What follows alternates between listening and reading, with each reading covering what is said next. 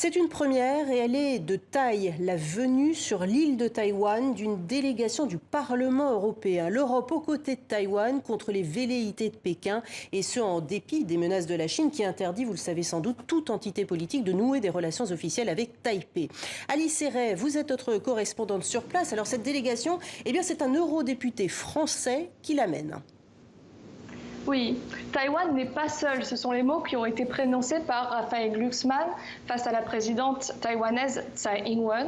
L'Europe est à vos côtés pour défendre la démocratie, la liberté et la dignité humaine. Donc on sait que Raphaël Glucksmann est interdit de séjour en Chine. Il est interdit de séjour en Chine pour son activisme envers les Ouïghours du Xinjiang.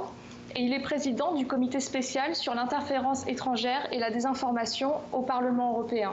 Depuis juillet, l'institution considère en effet que Pékin est une source d'opérations de désinformation au sein de l'Union. Alors, comment combattre la désinformation au sein de l'Union européenne quand on est une démocratie? La délégation européenne considère Taïwan comme un exemple. Cette visite intervient notamment dans un contexte de rapprochement entre les pays européens et Taïwan.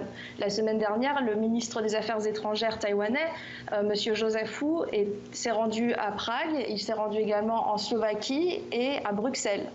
Donc Pékin a répondu que l'Europe devait corriger ses erreurs. L'Union peut s'attendre à des sanctions de la part de Pékin, mais ce sont des menaces qui n'effraient pas et qui n'impressionnent pas les députés européens.